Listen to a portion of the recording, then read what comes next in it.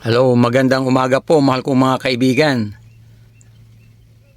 Binibidyoan ko ngayon ang bahay pudukan. Pudyukan ba ang tawag nito? Ayan o.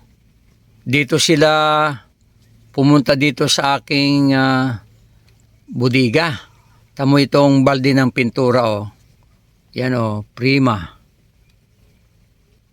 Saan yan? Ayan o, prima. Ay dito sila nagbahay o. Sa gitna nitong mga pintura, yung isa naman ay rope kuti. Ayan. Ay dito sila nagbahay oh. Ayan oh, hanggang sa baba. Ewan ko kung bakit nagustuhan nila dito sa aking kubo, sa budiga. Narito ang mga surplus kong mga gamit, kung ano-ano. Pero narito sila oh. Ba't dito kaya sila nagbahay? Hindi naman ako kinakagat. Wow!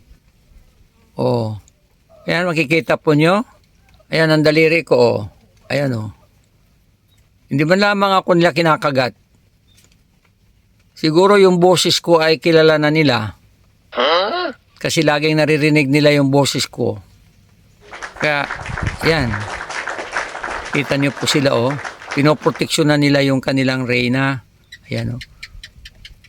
So, mapapansin po ninyo na sila ay sama-samang pinoprotektuhan nila yung kanilang reyna. Wala bang hari, mahal kong mga kaibigan, ang ganito? Wala ba silang hari? Ayan o.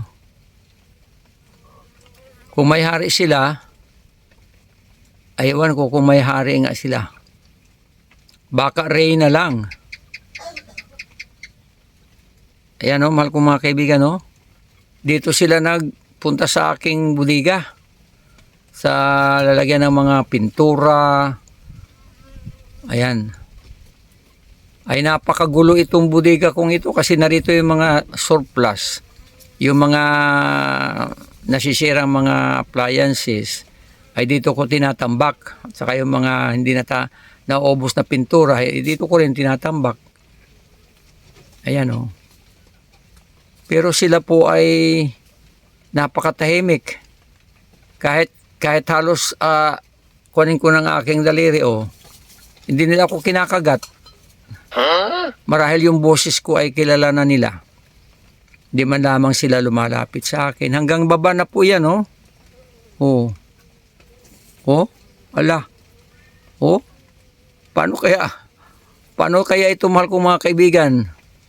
Kapag magkuha ako ng honey, paano kaya? Paano kaya aalisin ko itong mga pintura dito? Ay hindi magkabulabog sila. Ay pahabang-pahaba na po sila Nandun na pababa. Ay ang baba po niyan ay sahig. Ayan Sahig na po sa baba. Sahig ng kubo ng aking budiga. So yan mahal ko mga kaibigan ang aking video ngayon at sana po ay itong honey ito ay mabigyan din kami ng honey. Itong honey bee na ito, mabigyan kami ng honey at makatikim din kami ng kanilang pinaghirapan. Ano po? Kasi maganda rin po kung makatikim tayo ng kanilang honey. Mga 1 buwan na po ito dito. Wala pa siguro 1 buwan. Kaya maliit pa lang sila. Pero parami na po sila. Okay, so hanggang dito na lang mga kaibigan at maraming salamat sa patuloy niyong pagsubaybay. Pagpalain kayo ng ating mahal na Diyos. Pagpalain tayong lahat. At patuloy na mag-enjoy. Nagdadatingan pa yung iba ay. Ayan. Okay, hanggang dito na lang po. Bye-bye.